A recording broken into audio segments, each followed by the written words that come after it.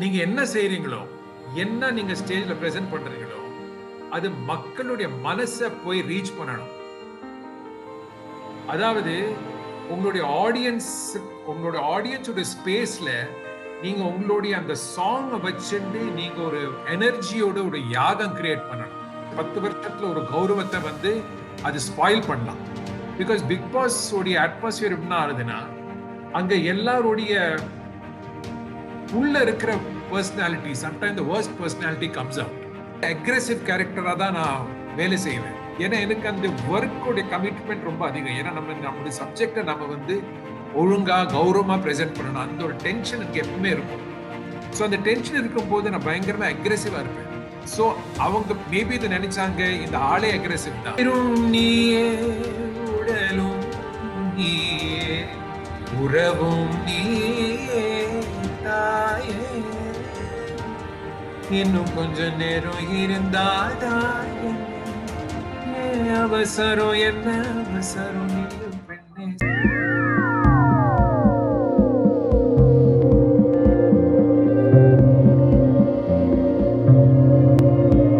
வணக்கம் அனந்த் வைத்தியன் சார், எப்படி இருக்கீங்க? வணக்கம் வணக்கம். குட். ரம்மி சினிமா தொலைக்காட்சிக்காக இந்த நேர்காணலுடன் உங்களுடன் இணைந்திருப்பதிலே மகிழ்ச்சி அடைகின்றோம். முதல்ல ஒரு உங்களுடைய சின்ன வயசுல இருந்து ஒரு கேள்வி ஆரம்பிக்கலாம் சார். 7 வயதுல இருந்து நீங்க இந்த இசைத்துறையில பயணிக்கிறீங்க. இந்த உங்களுடைய இசை பயணம் எப்படி ஆரம்பிச்சது? அந்த 7 வயதுல சின்ன வயதுலயே உங்க பெற்றோர்கள் தீர்மானிச்சாங்களா, இல்ல உங்களுடைய ஆர்வம் இருக்குதா? அதை பத்தி சொல்லுங்க. அதாவது எங்க அப்பா பாடுவாரு, அவர் டாக்டர். பட் அவருக்கு சங்கீத நல்ல ஒரு உள்ஞானம் உண்டு, ஒரு உள்ஞானம் சொல்லுவோமே, நேச்சுரல் டேலண்ட் அவருக்கு உண்டு. அவங்க ஃபேமிலியில எல்லாருமே பாடுவாங்க. ஸோ ரொம்ப சின்ன வயசுல 1.5 years 18-19 monthsக்குள்ள ஸ்ருதி சேர்க்க முடியாதுன்னு சொல்லுவாங்க. ஏன்னா எங்க பாட்டி வந்து அந்த நான் ஒரு 18 months இருக்கும்போது இறந்துட்டாங்க. அவங்க இறந்து போறதுக்கு முன்னாலே இதை நோட்டீஸ் பண்ணிட்டு சொன்னாங்க, இந்த ஃபேமிலியில முன்ன காலத்துல பாடகரா இருந்தாங்க, அது ஒரு கேப் வந்துடுச்சு மெனி ஜெனரேஷன்ஸ். ஸோ கண்டிப்பா இருக்க பாட்டு வரும். ஸோ ப்ளீஸ் என்ஷூர் தட் இவருக்கு நீங்க பாட்டு சொல்லி தரீங்க அப்படி சொல்லிட்டு தான் போனாங்க அவங்க. ஸோ அந்த டெடிகேஷனோ தான் எங்க பேரண்ட்ஸ் என்னை சங்கீதத்துல போட்டாங்க, பாட்டி சொன்னதுனால. ஸோ எனக்கு ரொம்ப சின்ன வயசுல இருந்து எப்பலேருந்து நினைவு இருக்கோ, எனக்கு ஸ்வரப்படத்து தெரியும். எந்த ஒரு டியூன் கேட்டாலும் அது எனக்கு ஸ்வரமா கேட்கும். அண்ட் வாய்ஸ் ரொம்ப அழகா இருக்கும், பியூட்டிஃபுல் வாய்ஸ், ரொம்ப இனிமையா இருக்கும். ஸோ அப்போ அப்பா கிட்டே கொஞ்சம் சும்மா எல்லாம் பாட்டெல்லாம் பாடுவோம். 7 வயசுல இருந்து ஒரு முறையா கர்நாடிக் மியூசிக் ஆரம்பிச்சு அப்பவே கச்சேரி எல்லாம் பண்ண ஆரம்பிச்சேன். ஸோ அதுக்கப்புறம் இதை வந்து MBA எல்லாம் முடிச்சு வேலைக்கு போனதுக்கு அப்புறம் தான் இதை சீரியஸா செய்யலாம் அப்படின்னு ஒரு மனசுல எண்ணம் வந்தது. அப்ப நீங்க ஆரம்பத்துல பாட்டி சொன்னபடி உங்களுக்குன்னு ஒரு பின்னணி, இசை பின்னணி இருந்திருக்கு ஏற்கனவே உங்க குடும்பத்துல? இருந்திருக்கு மெனி ஜெனரேஷன்ஸ் பேக் இருந்திருக்கு. அவங்க மியூசிஷியன்ஸ் இருந்திருக்காங்க. பட் அது ஏதோ ஒரு காரணத்துக்கு கட் ஆயிடுது. அவங்க மியூசிக்ல இல்லாம பல வேற ப்ரொஃபஷன்ஸ்க்கு போய் அந்த மாதிரி போயிட்டு, ஆனா அந்த ஜீன்ஸ்ல இருந்திருக்கு. சிறப்பு. ஆனந்த் வைத்தியநாதன் குருகுலம் அப்படிங்கிறத கோயம்புத்தூர்ல ஆரம்பிச்சு தொடர்ந்து நடத்திக்கிட்டு வர்றீங்க.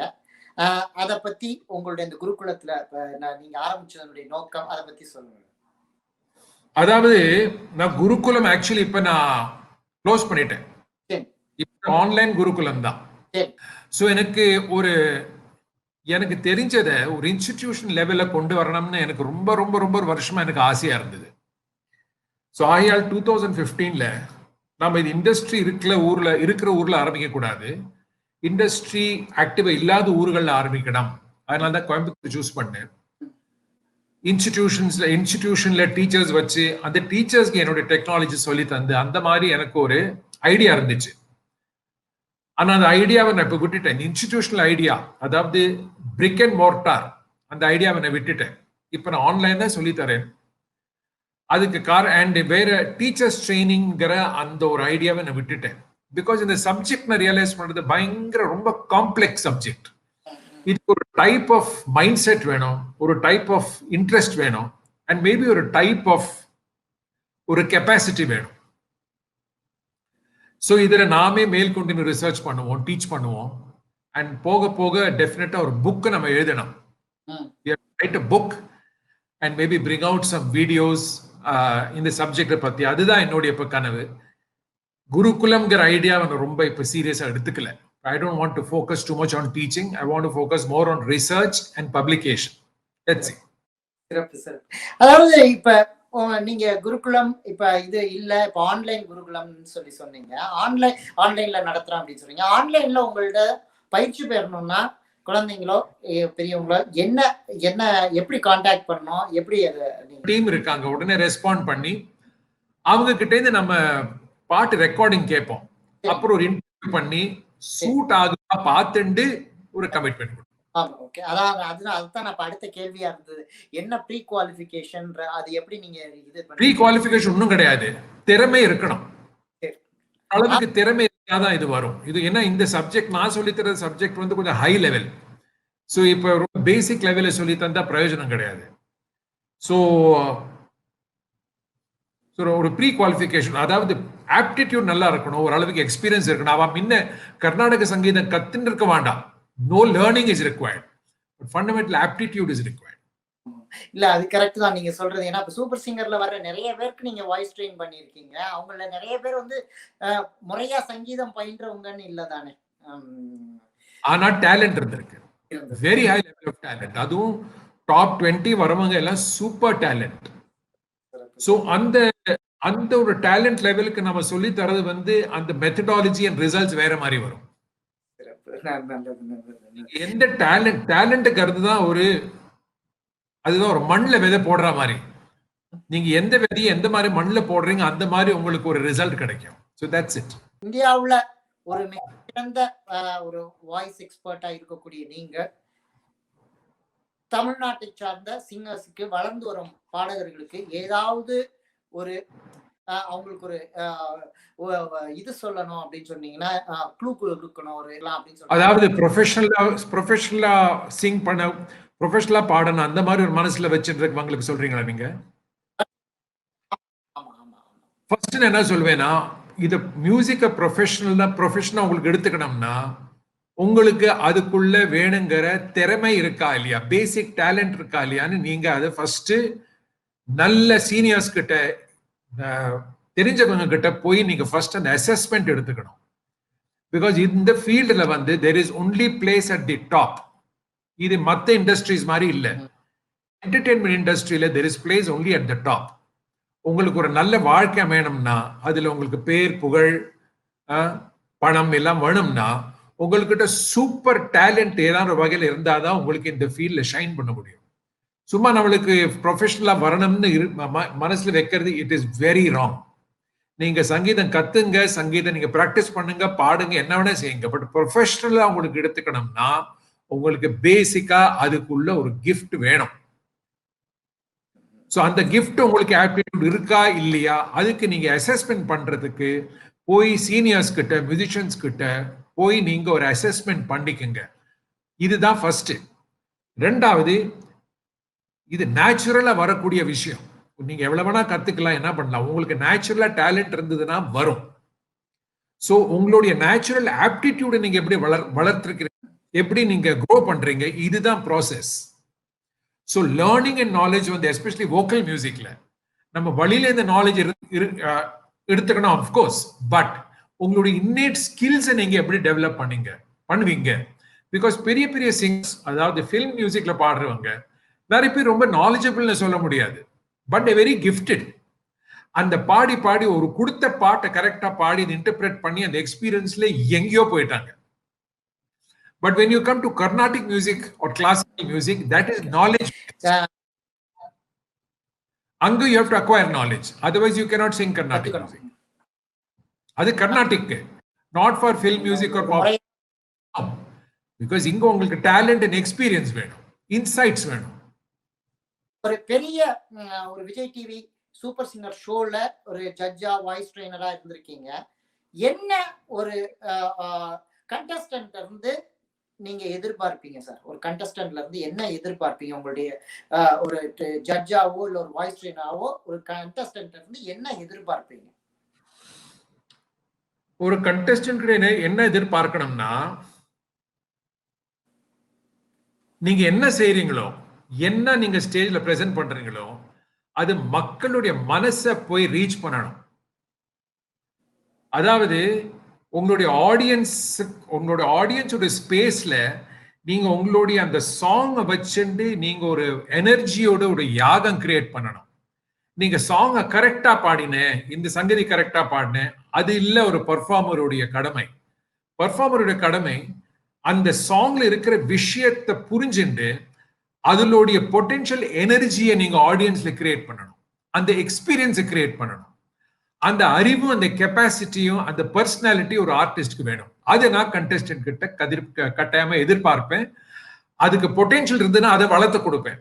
அவங்க தான் சக்சஸ்ஃபுல் ஆவாங்க. சில பேருக்கு நேச்சுரலா இருக்கும், சில பேருக்கு அந்த பர்சனாலிட்டி, அந்த அறிவும் அந்த அண்டர்ஸ்டாண்டிங்கை டெவலப் பண்ணி அதை நம்ம கொண்டு வரணும். This is basic fundamental in a show. Stage பர்ஃபார்மன்ஸ்னா அந்த ஸ்டேஜை நீங்க கேப்சர் பண்ணணும். ஸ்டூடியோ ரெக்கார்டிங் வந்து கொஞ்சம் வேற, அதுலயும் ஒரு கனெக்டிவிட்டி கம்யூனிகேஷன் இருக்கு. So performance is about communication, about transparence of energy. It is not only about music notes. No. Bigg பாஸ்ல நீங்க கலந்துக்கிட்டீங்க, எப்படி ஃபீல் பண்ணீங்க? அதுல வந்து உங்களோட உங்களுக்கு ஓகே இவங்க எனக்கு என்னோட ஒரு என்னோட இணையா எனக்கு எனக்கு இவங்களை ஈஸியா இருந்தது, இவங்களோட ரொம்ப எனக்கு கனெக்ட் பண்ணிக்கிறதுக்கு ஈஸியா இருந்தது அப்படின்ற ஒரு டேலண்ட், ஒரு கொஞ்சம் கஷ்டமா இருந்தது அப்படிங்கறது ஒரு ஆள். அது போக எப்படி அந்த பயணம் இருந்தது அது சொல்லுங்க சார். நீங்க இருந்தது இத நீங்க 2-3 வாரங்கள் தான் இருந்தாலுமே உங்களுக்கு அதுல ஒரு எக்ஸ்பீரியன்ஸ்ங்கிறது ஒண்ணு இருந்திருக்கும் நிச்சயமா. அதை பத்தி சொல்லுங்க சார். பிக் பாஸ்ல எனக்கு கூப்பிட்டதே எனக்கு ரொம்ப சர்ப்ரைசிங்கா இருந்தது. ஏன்னா நான் பிக் பாஸ்க்கு ஒரு பொருத்தமான கேண்டிடேட்டான்னு எனக்கு தெரியாது. சரிங்க சார். ஸோ நான் ஃபர்ஸ்ட் கேட்டேன், நீங்க எதுக்கு என்ன கூப்பிடுறீங்க, என் மேல எதுக்கு உங்களுக்கு நம்பிக்கை இருக்கு? ஸோ அவங்க என்ன சொன்னாங்கன்னா, நீங்க பேசிக்கலி ஸ்ட்ராங் பர்சனாலிட்டி, நீங்க வந்து உங்களுக்கு ஒரு ஃபிக்ஸ்ட் ஒரு கிளியர் ஒப்பீனியன்ஸ் இருக்கு, ஸ்டாண்ட் எடுத்துக்கிறீங்க. பிளஸ் நான் வந்து சூப்பர் சிங்கர்ல விஜய் டிவில அவங்களுக்கு அந்த நாம அந்த ஒர்க் சந்தர்ப்பத்துல தான் நமக்கு என்ன பார்ப்பாங்க. 10 வருஷம் பார்த்திருக்காங்க. யா ஒரு 10 இயர்ஸ் ஆயிடுது ஸோ பிக் பாஸ் வரத்துக்குள்ள. ஸோ வந்து நான் ஒரு பயங்கர அக்ரெசிவ் கேரக்டரா தான் நான் வேலை செய்வேன். ஏன்னா எனக்கு அந்த ஒர்க்கோட கமிட்மெண்ட் ரொம்ப அதிகம். ஏன்னா நம்முடைய சப்ஜெக்டை நம்ம வந்து ஒழுங்கா கௌரவமா பிரசென்ட் பண்ணணும். அந்த ஒரு டென்ஷன் எனக்கு எப்பவுமே இருக்கும். ஸோ அந்த டென்ஷன் இருக்கும் போது நான் பயங்கரமா அக்ரெசிவா இருப்பேன். ஸோ அவங்க மேபி இது நினைச்சாங்க இந்த ஆளே அக்ரெசிவ் தான், பட் உண்மையான ஆளே அக்ரெசிவே கிடையாதுண்ணா. என்னுடைய ஒர்க்ல பாதிச்சதுன்னா நான் பேயா மாறிடுவேன் ஒழிய மற்றபடி வாழ்க்கையில யாரு கூடயும் நான் மோத மாட்டேன். அண்ட் யாரையும் நான் ஜட்ஜ் பண்ண மாட்டேன். அவளுக்கு வாழ்க்கைய தன் வழியா தன்னுடைய எப்படி அவங்களுக்கு புரியறதோ அவ மிஸ்டேக்ஸ் பண்ணி அவ வாழ்க்கையில வழியை கண்டுபிடிக்கிறது ஒரு மனுஷனுக்கும் ஒரு ஃப்ரீடம் இருக்கு. So life is not about getting it right.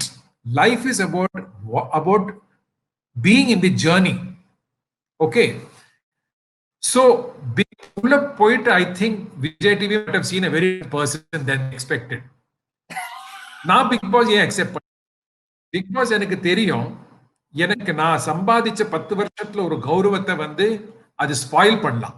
Because big pass உடைய அட்மாஸ்பியர் என்ன ஆகுதுன்னா அங்க எல்லாருடைய உள்ள இருக்கிற பர்சனாலிட்டி சம்டைம் தி வர்ஸ்ட் பர்சனாலிட்டி கம்ஸ் அவுட். அது நம்ம அந்த சிச்சுவேஷன்ல நம்மளுடைய நெகட்டிவிட்டியும் வெளியில வரும். சிச்சுவேஷன் அப்படி இருக்கும். அதை நான் எக்ஸ்பெக்ட் பண்ணிட்டு தான் போனேன். I was not bothered. நம்மளுடைய இமேஜ் போயிடும், ஃபர்கெட் இட்.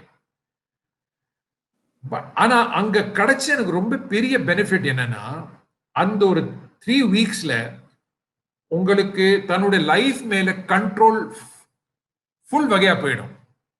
ஏன்னா கம்யூனிகேஷன் கிடையாது, கிளாக் கிடையாது, அண்ட் நீங்க எப்போ வழியில போக முடியுங்கிறது ஐடியா கிடையாது. சோ நீங்க என்ன நினைச்சு உங்க லைஃபை நம்ம ஒரு கட்டடம் மாதிரி கட்டி வைக்கிறோம். இதுதான் என் வாழ்க்கை, இது மேல எனக்கு கண்ட்ரோல் இருக்கு. நீங்க பிக் பாஸ்ல நுழைஞ்சது கொஞ்ச நாள் கழிஞ்சு ஏன்னா உங்களுக்கு வழியில என்ன நடக்கிறது தெரியாது. ஸோ முள்ள அந்த லைஃப் மேல கண்ட்ரோல் நம்மளுக்கு இல்லைன்னு புரியும். அது எனக்கு புரிஞ்சது. அதுதான் நாங்க சம்பாதிச்ச பெரிய ஒரு பயிற்சி. அன்னிலேருந்து ஆளே மாறிட்டேன், ரொம்ப ரிலாக்ஸ் ஆயிட்டேன். லைஃப் மேல என்னுடைய பெர்ஸ்பெக்டிவ் மாறிடுது. எதையும் நம்ம ஆக்சுவலா கண்ட்ரோல் பண்ண முடியாது. நம்ம கண்ட்ரோல் பண்ற மாதிரி தெரிஞ்சினாலும் அது it is a myth. We are not controlling. There is some connection. It is working out the way we want, but tomorrow it will just go. So yes, so the only fact about life is death. Everything that is born will die. Everything that you're holding dear will go. That is the truth of life, and that is the beauty of life. அந்த அந்த beauty எனக்கு புரிஞ்சுது. So அன்னிலேருந்து நான் ஆளு மாறிட்டேன், ரொம்ப relax ஆயிட்டேன். I become more open. என்னோட லைஃப் பேட்டர்ன் மாத்திட்டேன். ரொம்ப நல்ல நல்ல விஷயங்கள் நடந்திருக்கு. So that is a gift I got from Bigg Boss. யார் யார் இது இந்த மாதிரி பாக்குறாங்கன்னு தெரியாது. மேக்ஸிமம் ரொம்ப யங் பீப்புள் வராங்க. ஐ திங்க் இதுவரையிலும் தமிழ் பிக் பாஸ்ல வந்த ஓல்டஸ்ட் கேண்டிடேட் நான் தான். என்னோட வயசுல இன்னும் யாரும் வந்தது கிடையாது. எனக்கு 63 ஆறுது. 64. So I was the oldest candidate there. So age, according to the age, நம்மளுடைய psychology மாறும். So I'm in that stage of life. So but very interesting. அதாவது லைஃப்ல கிடைச்ச ரொம்ப பெரிய gift எனக்கு பிக் பாஸ். அந்த experience, it's a spiritual experience. Oh sure. Okay. அவ்வளவு இவ்வளவு நீங்க தூரத்துக்கு இவ்வளவு ஒரு பயிற்சி மாதிரி இல்ல சொல்றீங்க. அதனுடைய கண்டிப்பா இது எல்லாருக்கும் கிடைக்கக்கூடிய, அதாவது பிக் பாஸ் வந்து ஒரு என்டர்டெயின்மெண்ட் ஷோ. பட் இந்த மாதிரி there are many retreat programs, you know, like Vipassana is one. There are many. You should definitely in your life go for these. கண்டிப்பா எல்லாரும் போடு. ரொம்ப பயங்கரமா உங்களோட வளர்ச்சி அங்க நடக்கும். ஒரு வாழ்வியல் பயிற்சின்னு சொல்றீங்க இல்லையா? கண்டிப்பா. So you need that solitude. You need to lose control. அதை லூஸ் பண்ணித்தான் நமக்குள்ளேந்து ஒரு a new kind of a perspective will emerge, which is more real, which is more realistic. யார் சார் நான் கேட்ட கேள்வியில யார் உங்களுக்கு உங்களோட ஈஸியா போன கண்டஸ்டன்ட், கொஞ்சம் கஷ்டமா நீங்க இருக்கிற வரைக்கும் கஷ்டமா நீங்க ஃபீல் பண்ண கண்டஸ்டன்ட்? அங்கயா நான் இப்ப உண்மையா சொன்ன மறந்துட்டேன். போறது எனக்கு ஆக்சுவலி எல்லாரும் கூடயும் ஈஸியா தான் இருந்தது. அதான் இப்ப என்னோட கேள்வியா இருந்துச்சு. நீங்க ரொம்ப ரொம்ப ஸ்ட்ரிக்டா இருப்பேன் அப்படின்னு சொன்னீங்க. ஆனா எங்களுக்கு பாக்குறதுக்கு அங்க எங்களுக்கு தெரியல. நீங்க ரொம்ப கூலா இருந்தீங்க. ரொம்ப நாங்க ஒரு டிஃபரெண்ட் பர்சனாலிட்டியை அங்க பார்த்தோம்னு சொல்லலாம். கண்டிப்பா. பிகாஸ் எனக்கு எப்படின்னா, எனக்கு எல்லார் மேலும் கொஞ்சம் இன்ட்ரெஸ்ட் உண்டு. யார் எங்க இருந்து வந்தாங்க, நீங்க என்ன பண்றீங்க, உன்னோட லைஃப் எப்படி நடந்தது. ஸோ எல்லாருக்கும் நான் கேள்வி நிறைய கேட்பேன், எல்லார் பத்தியும் தெரிஞ்சுப்பேன். ஸோ எனக்கு அந்த மாதிரி ஒரு நல்ல கம்யூனிகேஷன், எல்லார பத்தி எல்லாம் தெரிஞ்சது. எனக்கு எங்கேருந்து வந்தாங்க, என்னென்ன ஸ்ட்ரகிள்ஸ் அவளுக்கு இருந்தது. ஸோ அந்த மாதிரி நீங்க இருந்த வரைக்கும் கூட நான் பார்த்ததுல ஒரு காசிப்பிங்கோ ஒண்ணு கூட பண்ணல.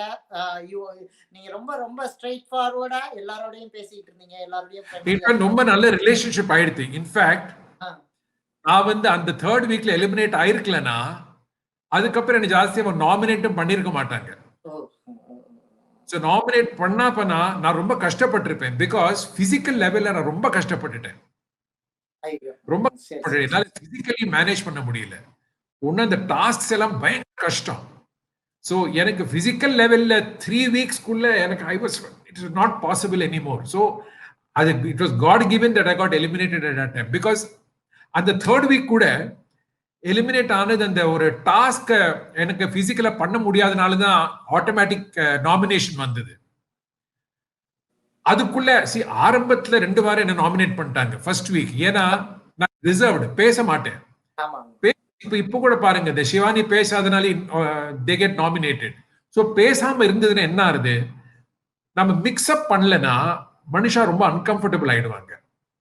ஸோ அது என்னுடைய ஒரு மைனஸ். நான் எங்க போனாலும் ஜாஸ்தி மிக்ஸ் பண்ண மாட்டேன், பேச மாட்டேன். வேலையாச்சு அதுக்கப்புறம் no talking. That makes people very uncomfortable. I am very very very serious person, very serious. But ஆனா எங்களுக்கு ஷோ பாக்குற போது தெரியல சார். அப்படி 3 வாரத்துல நீங்க ரொம்ப சீரியஸா இருந்தது. ஓரளவு உங்கள் வயதுக்கான சீரியஸ்னஸ் சொல்லுவேனே தவிர, பட் எல்லாரோட ஈஸியா இருந்தீங்க. இல்ல சீரியஸ் இன் தி சென்ஸ், சும்மா கிண்டல் பண்றது, காசிப் பண்றது, அது அந்த மாதிரி. அதாவது just go on banter. நான் I am saying in right side, I am saying in better side, positive சைட்ல சொல்றேன். நீங்க சீரியஸாவோ எதுவாவோ இருந்த மாதிரி மத்தவங்கள்ட்ட சும்மா கோவப்பட்ட மாதிரியோ எதுவோ இல்ல, நாங்க பார்க்கல எந்த இதுலயும். எனக்கு அதாவது நம்மளுக்கு பிடிச்ச டாபிக்னா ரொம்ப டிஸ்கஸ் பண்ண பிடிக்கும். ஸோ இன்ஃபேக்ட் என்னுடைய அங்க ரொம்ப நல்ல ஃப்ரெண்ட் நிறைய பேர் சீனியர்ஸ் யாரா இருந்தாங்களோ நிறைய பேசுவேன். நான் பல எல்லாருக்கும் நேரங்கள்ல இந்த ஷோல உட்கார்ந்து நீங்க பேசுறதை தான் பார்த்திருக்கோம். அப்படியா? ஓகே. நான் அந்த ஷோ பார்க்கவே இல்லை. வெளியில வந்து கூட எபிசோட்ஸ் நான் பார்க்கல. உங்களுடைய ஒரு நீங்க இப்ப சொன்னீங்க, இருந்தாலும் அந்த இத பத்தி பிக் பாஸ் உடைய அந்த பிசிக்கல் சில இதை பத்தி சொன்னீங்க, கேம்ஸ பத்தி சொன்னீங்க. நீங்க இருந்த அந்த 3 வீக்ஸ்ல உங்களுடைய பேட் எக்ஸ்பீரியன்ஸ், என்னால முடியலப்பா அப்படின்ற மாதிரி ஏதாவது ஒரு தருணம் எதை சொல்லுவீங்க? ஞாபகம் இல்ல. பரவாயில்ல. சரி சார், இது ஒரு தெளிவுபடுறதுக்காக சொல்றேன். மக்கள் தெளிவுபடுறதுக்காக இந்த ஷோ நீங்க பார்த்துட்டு இருக்கவங்க, நீங்க ரொம்ப ஸ்ட்ரெயிட் ஃபார்வர்டான ஆளு, அதனால ஒரு தெளிவுபடுறதுக்காக சொல்றேன். இந்த கேள்வி எல்லா மக்களுடையும், பிக் பாஸ் பாக்குற எல்லா மக்கள்கிட்டையும் இருக்க கேள்வி. Sir, Bigg Boss, Vijay TV உடைய பிக் பாஸ் வந்து ஸ்கிரிப்டடா நான் ஸ்கிரிப்டடா? நான் ஸ்கிரிப்டட். பரவாயில்ல சார், அது உங்கள்ட்ட உண்மையான show. Not Tamil Bigg Boss, Bigg Boss itself, it is brilliant show. And அந்த ஷோவை உருவாக்குறதுக்கு அது பின்னால் இருக்கிற என்ன சொல்றது ஒரு கான்செப்ட், அதுக்கு பின்னால போற கிரியேட்டிவ் பிளானிங் அண்ட் ஒரு huge team of people in hundreds அதை மேனேஜ் பண்றாங்க. அது it's an extraordinary show. But because it is one of the largest, biggest entertainment shows, நீங்க அந்த எப்படி அதை பிரசன்ட் ஆறது வந்து அது மக்களுடைய பாப்புலாரிட்டிக்காக அந்த மாதிரி பண்றாங்க ஒழிய, ஆக்சுவல் பிக் பாஸ் ஒரு நீங்க இவ்வளவு பாப்புலர் ஷோ அவங்க பண்றது விரும்பலன்னா இது ஒரு ரொம்ப வேற மாதிரி ஷோவா கூட இருக்கலாம். Different type of Bigg Boss. Fantastic. So no scripting at all. Yes, இது what they do is, for example watch பண்ணிட்டே இருப்பாங்க. அவங்களுக்கு ஒரு ரிசல்ட் வேணும்னா அவங்க கொடுக்குற டாஸ்க், கேம்ஸ், அதுல இருந்து அவங்க கொஞ்சம் அதை மேனேஜ் பண்ணுவாங்க ஒழிய, there is no scripting at all. Zero. But மக்கள் அது எதுக்கா பாக்குறாங்க? ஒரு சும்மா ஒரு jolly. See, television is basically entertainment. உங்களுக்கு டைம் பாஸ் ஆல ஏதான் ஒன்னு பார்க்கணும். So public in terms of entertainment and serials, they like a lot of negativity. Because somewhere when you see that negativity, it is not as if they are negative. I think watching negativity and seeing the resolution of negativity is healing. The negativity is very much a part of the human psyche. So இப்ப நீங்க negativity resolution பார்க்கறீங்களோ, என்ன ஆகும்? ஒரு negative situation பார்க்கறீங்க, உடனே இவன் அந்த நான் யார் விரும்புறவங்க ஜெயிக்கணும். நீங்க ஒரு மேட்ச் பார்க்கறீங்க, உங்களுக்கு பிடிச்ச பிளேயர் ஜெயிக்கணும், உங்களுக்கு பிடிச்ச டீம் ஜெயிக்கணும். Because there is an identification. So human beings have this great problem, which is a human problem of identification. We identify. So television and entertainment is about identification. இப்ப படத்துக்கு வருவோம். அவன் இவன் படத்துலயும் ஃபர்ஸ்ட் அறிமுகமானீங்க. அந்த படத்தினுடைய அறிமுகத்தை பத்தி சொல்லுங்க. எப்படி என்ஜாய் பண்ணீங்க? அப்புறம் எல்கேஜியில வந்தீங்க. ரெண்டுலயும் இந்த உங்க திரைப்படத்தினுடைய உங்களுடைய அந்த துறையில வந்ததுல எப்படி ஃபீல் பண்றீங்க? உங்களுடைய எக்ஸ்பீரியன்சஸ் எப்படி இருந்தது? அது ரொம்ப நல்ல எக்ஸ்பீரியன்ஸ் இருக்குல்ல, என்னால முடியல அது. நான் ஆக்சுவலி பாலா கூப்பிட்டாரு. அவர் என்ன சூப்பர் சிங்கர்ல பார்த்து கூப்பிட்டாரு. சோ எனக்கு அந்த தி ஐடியா ஆஃப் ஆக்டிங் ரொம்ப பிடிக்கும். பட் ஒரு திரைப்படத்துல ஆக்டிங் பண்ணுங்கிறது சும்மா உங்களுக்கு ஃபேஷியல் எக்ஸ்பிரஷன் ரியாக்ஷன் கொடுத்தா போறாது. ஒரு ஷார்ட்டுடைய காம்போசிஷன் புரிஞ்சுண்டு அதை டெலிவர் பண்ணணும். அது ரொம்ப டிஃபிகல்ட், ரொம்ப ரொம்ப ரொம்ப டிஃபிகல்ட். ஸோ என்னால் அது ஆக்சுவலி சொன்ன போனா எனக்கு முடியல. ஸோ அதுக்கப்புறம் நான் கூட ரொம்ப இன்ட்ரெஸ்ட் எடுக்கல. அப்படியே ஒருத்தர் 2 பேர் கூப்பிட்டாங்க, நானும் கொஞ்சம் சரி கூப்பிட்றாங்களே போலாம் பார்த்துட்டு அப்புறம் இந்த ஐடியாவை ரொம்ப பர்சியூ பண்ணல. See, acting requires a lot of physical fitness, a lot of mental alertness. அதுல டீம் ஒர்க் ரொம்ப இருக்கு. ஒரு ஷார்ட் கொடுக்கறதுங்கிறது ரொம்ப கஷ்டமான வேலை. மேபி எக்ஸ்பீரியன்ஸ்ல அது செட் ஆயிடும், அது வேற விஷயம். ஸோ அவர் இவன் வாஸ் ஓகே, வந்தது போச்சு. It was an experience. நான் எப்பவுமே திரைப்படத்தை ஹால்ல இருந்து பார்ப்போம். அந்த ஸ்கிரீனுக்கு அந்த பக்கம் போய் அது ஒரு டிஃப்ரெண்ட் டைப் ஆஃப் ஒரு ரிலீஸ், டிஃப்ரெண்ட் டைப், அது ஒரு that was okay, good. Anand Vaidyanathan sir வந்து திரைப்படங்களை பார்க்க முடியாதுன்னு எடுத்துக்கலாமா? இல்ல நிச்சயமா No. இவர் நல்ல பிக் நோ சொல்லிட்டீங்க. No. I am now changing my line of work. நான் வந்து சூப்பர் சிங்கர்ல வரதுக்கு பின்னால, டெலிவிஷன்ல வரதுக்கு பின்னால I was doing corporate training. I'm basically a corporate trainer Oh, very in nice. relationship management and all that. So I'm going back to that. Okay. That's where I like to spend the rest of my life. Okay. I'm a psychologist. Oh. So resolution. So I'm going back to that kind of work. It's done. It's over. Musically, I would like to do more research and voice training. The book now. Otherwise, I'm done. Now to other lines, and I want to do some philanthropic work through education. Because education leda நீங்க யாரான help பண்ணணும்னா education கொடுக்கணும், நிச்சயம். Skill பண்ணணும், மைண்டை develop பண்ணணும், சைக்காலஜியை develop பண்ணணும். அப்புறம் அவங்க வாழ்க்கையில போய் அவங்களுக்கு வெற்றி வரும். ட்ரூ. அப்ப இனிமே நிறைய கார்ப்பரேட் சைடுல நிறைய trainings, corporate training. Yes, very nice, very nice. அதான் நான் எக்ஸாக்ட் இது உங்களுடைய மேனேஜ்மெண்ட் இப்ப நான் உங்களுடைய ப்ரொஃபைல போய் பாக்குற போது நீங்க எம்பிஏ படிச்சுட்டு சார் எப்படி இந்த துறையில வந்துட்டு இதுன்னா அந்த அப்ப அதை விட்டுட்டாரா அப்படின்னு கூட இருந்துச்சு. இப்ப நீங்க சொன்னது எனக்கு ரொம்ப சந்தோஷமா இருக்குது. ஏன்னா அதுல நிறைய பேருக்கு வந்து நிறைய ட்ரைனிங் தேவை இருக்குது கார்ப்பரேட் ட்ரைனிங்ல. கண்டிப்பா கண்டிப்பா. ஆஸ்திரேலியா, சிங்கப்பூர், ஸ்ரீலங்கா போன்ற இடத்துல நடத்தியிருக்கீங்க. அந்த அனுபவங்கள் என்ன எப்படி இருந்தது உங்களுடைய, அதை கொஞ்சம் பகிர்ந்துக்கோங்க சார். See, workshops வந்து பயங்கர சக்சஸ்ஃபுல்லா இருக்கும். பிகாஸ் ஒரு 4 hours or 8 hours நீங்க இந்த வாய்ஸ் உடைய டெக்னிக்ஸ் வந்து எவ்வளவு எஃபெக்டிவா இருக்கு.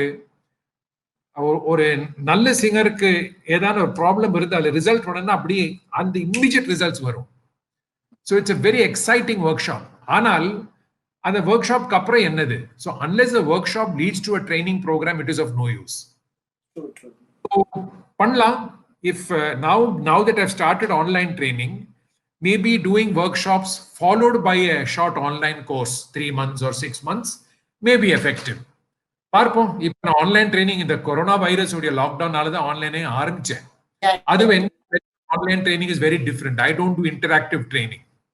Basically my videos will be sent, theoretical videos. அப்புறம் அவங்க அதை அப்ளை பண்ண ரெக்கார்டிங்ஸ் அனுப்பிச்சு அதை நான் அசஸ் பண்ணி அந்த மாதிரி it is called non synchronised interaction, not live interaction. Because அதில் ரொம்ப கேர்ஃபுல் அனாலிசிஸ் அண்ட் ஃபீட்பேக் வேணும். So workshop followed by that is a possibility. Because சும்மா போய் ஒரு இடத்துல போயிட்டு ஒர்க் ஷாப் பண்ணிட்டு வரதுல அர்த்தம் இல்லை. It's not fair. Workshop ஒன்றும் புரியாது, ஒரு ஜென்ரல் ஐடியா கிடைக்கும். அது after that the person has to have an opportunity of interaction with me for some time. Now that I've started online, maybe it is possible. பார்ப்போம். Let's see. Sir, ஒரு உங்களை கவர்ந்த தமிழ் இண்டஸ்ட்ரியில ஒரு மேல் சிங்கர், ஒரு ஃபீமேல் சிங்கர். தமிழ் இண்டஸ்ட்ரியில மேல் சிங்கர் சொன்னா கண்டிப்பா SPB sir, SP Balasubramaniam sir. அது some other level of singer அவர். ஃபீமேல் சிங்கர்ஸ்ல உத்தர் மாத்திரம் சொல்ல முடியாது. பிகாஸ் எனக்கு சுஷீலாமா அவங்க ஸ்டைல், சுஷீலாமா ரொம்ப பிடிக்கும், எல்லாரீஸ்வரி அம்மா பிடிக்கும், வாணிமா அவங்களுடைய ஸ்டைல், ஜானகிமா, சித்ராமா, இவங்க 5 பேரையும் பிடிக்கும் எனக்கு. ஏன்னா ஆளுக்கு ஒரு டிஃப்ரெண்ட் கலர். இப்போ மேல்ஸ்லயும் அஃப்கோர்ஸ் ஜெயசுதாஸ் சார் இருக்கார். Of course is like god like person. But எனக்கு எஸ்பிபி சார் மேல் ஒரு தனிப்பட்ட முறையா ஒரு ஆசை, ஒரு ஃபேசினேஷன். அமேசிங். அது ஒரு டிஃபரெண்ட் வேற மாதிரி ஒரு சிங்கர் அவர். நீங்க இந்த திரைப்படத்துல வந்து எனக்கு நடிக்கிறது ஒரு வித்தியாசமான அனுபவம் அப்படின்னு சொல்ற போதே நான் எஸ்பிபி சாரை பத்தி கேட்கணும்னு நினைச்சேன். சரி, இந்த கேள்விக்கு அப்புறம் கேட்கணும். எஸ்பிபி சார் கிட்ட நிறைய திரைப்படங்கள் நடிச்சிருக்கார். அதை நான் இப்ப பேசுற போதே born actor, born artist. Super சிங்கர்ல ட்ரெயின் பண்ணவங்கள உங்களுக்கு டக்குன்னு நான் சூப்பர் சிங்கர்னு சொன்ன உடனே நினைவுக்கு வர ஒரு ஒரு ஒரு 2 பேரை சொல்லுங்க சார்.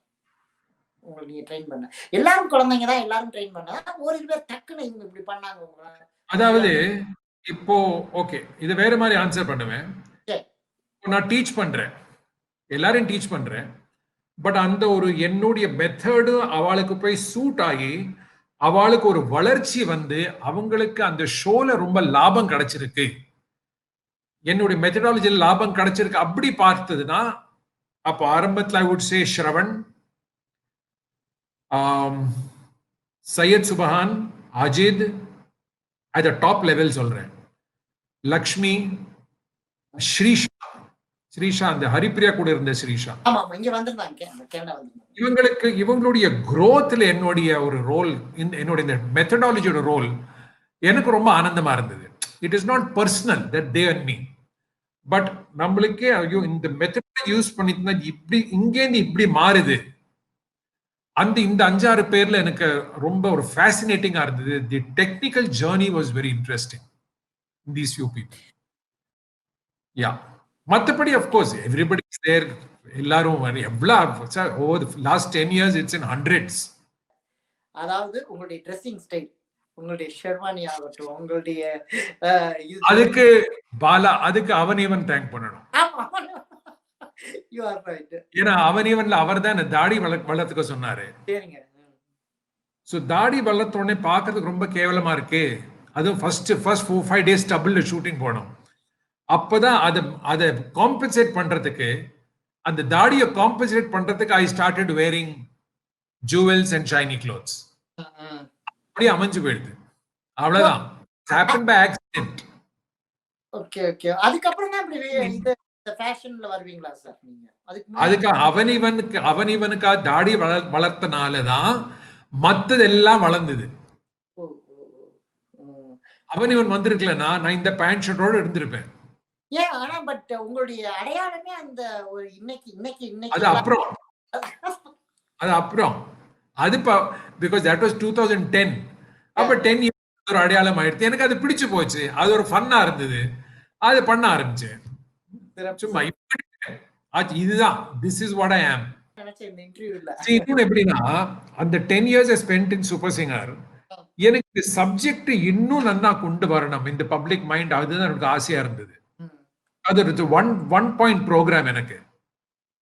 ஸோ அந்த வகையில் I was willing to do anything to get there. But I think I have contributed what I had to contribute. It's done now. இதுக்கு மேல it's only furtherance of knowledge and enhancement of knowledge that is going to be of value. So அங்க பண்ணுவோம். That program is over. Oh sure. Learning is over. Yeah. உங்களுடைய ஒரு favourite music director அப்படின்னா இன்னைக்குன்றல முன்னாடில இருந்து எடுத்துக்கோங்களேன், favourite music director அப்படின்னா நீங்க யாரை சார் சொல்லுவீங்க? தமிழ் படம்னா MSV sir, Ilaiyaraaja sir. Oh great. Okay. All time favorite. MSV sir, Ilaiyaraaja sir. That's it. சிறப்பு சிறப்பு சிறப்பு சார். சரி, இது ஒரு இதுக்காக கேட்கிறேன். அந்த ஷோவுடைய சூப்பர் சிங்கருடைய ஹோஸ்ட் மாக்கப்பா பிரியங்கா, அவங்களுடைய அந்த ஃபன்னி அந்த இது அவங்களோட நீங்க டிராவல் பண்ண ஜேர்னி எப்படி சார் ஃபீல் பண்றீங்க? அவங்க 2 பேரை பத்தியும் சொல்லுங்க. ரொம்ப நல்லா இருக்கும் நீங்க இன்டராக்ட் பண்றது, அவங்க இன்டராக்ட் பண்றது, பேசிக்கிறது எல்லாமே. we know that you enjoy. அதனால அதான் அந்த கேள்வி வருது. எப்படி சார் இருந்தது அவங்களுடைய? See, மாக்கப்பா and பிரியங்கா அவங்க தான் இப்போ அந்த ஷோ டிஃபைன் பண்றாங்க in a sense. Because see, television is about public connectivity. ஒரு ஷோடைய ஆர்கானிக் டெவலப்மெண்ட் ஓவர் இயர்ஸ், அந்த டெவலப்மெண்ட் மாறிண்டே இருக்கும். இப்போ அந்த ஆடியன்ஸ் உடைய டேஸ்ட்ஸ் கீப் சேஞ்சிங். இப்போ இந்த ஷோக்கு ரொம்ப important and critical people are Makapa and Priyanka. In fact அதனால தான் in fact Makapa and Priyanka are Vijay டிவில நிறைய ஷோஸ்ல இருக்காங்க, இதுல மாத்திரம் இல்லை. ஸோ இதுக்கு மாக்கப்பா பிரியங்காவுடைய இது time, it is their time. அவங்களுடைய அந்த ஸ்டைல் ஆஃப் ஃபங்க்ஷனிங், அவங்களோட ஸ்டைல் ஆஃப் இன்டராக்ஷன் வேற லெவல். அது it's beyond entertaining, it is intelligently entertaining. இல்ல இப்ப நான் கொஞ்சம் வருஷமா நான் செட்டுக்கு வரதில்லை, முன்னாடி சொல்றேன். பட் நீங்க இப்ப சித்ராமா, Shankar Mahadevan sir, they tremendously enjoy them, ரொம்ப அப்ரிஷியேட் பண்ணுவாங்க. ஸோ இப்போ ஜட்ஜஸ் அண்ட் பிரியங்கா அண்ட் மாக்கப்போட interaction is unique. Even Srinivas sir எல்லாம் அவங்க பயங்கரமா என்ஜாய் பண்ணுவாங்க. So their ability to create an atmosphere in the whole set, that is very critical. Sir உங்களுடைய ஒரு ஃபேவரட் சாங் ஒரு சும்மா ஒரு 2 வரி மட்டும் பாடுங்களேன். கதர பியா कदर पिया किससे सीखा है तीर चलाना कदर पिया किससे सीखा है तीर चलाना. The ragam Khamaj. தமிழ்ல ஃபார் எக்ஸாம்பிள், இன்னும் கொஞ்ச நேரம் இருந்தாதா என்ன என்ன அவசரம் நில்லு பெண்ணே. சேம் ராகம். உயிரும் நீயே உடலும் நீயே உறவும் நீயே தாயே புரோச்சே வாரவரூரா నిన్ను వినారగువరా నీ చరణం పూజమునునే. That is బ్రోచేవా. సుజన జీవన రామ సుగుణ భూషణ రామ సుజన జీవన. உங்களுடைய ஃபேமிலியை பத்தி சொல்லுங்க sir. No family, I am single person. இல்ல அப்பா அம்மா அந்த நீங்க சொன்னீங்க. அப்பா அம்மா அப்பா எல்லாம் இறந்து 30 years ஆச்சு. their father was a doctor, mother is a doctor. She is still there. She's 94. Oh, come on. One elder brother. Yes, I have one elder brother. He is a doctor also. ரொம்ப ரொம்ப நன்றி sir. உங்களுடைய இவ்வளவு நேரம் இந்த நிகழ்ச்சியில பயணிச்சு rummy cinema தொலைக்காட்சிக்காகவும் உங்களுடைய நேரத்தை இவ்வளவு நேரம் செலவிட்டு இந்த காலை பொழுதுல இவ்வளவு நேரம் எல்லா கேள்விக்கும் சுவையாகவும் சந்தோஷமாகவும் பதில் சொன்னதுக்கு உங்களுக்கு மிக்க மிக்க நன்றிகள் sir. Thank you so much. Kindly like and share Rummy Cinema.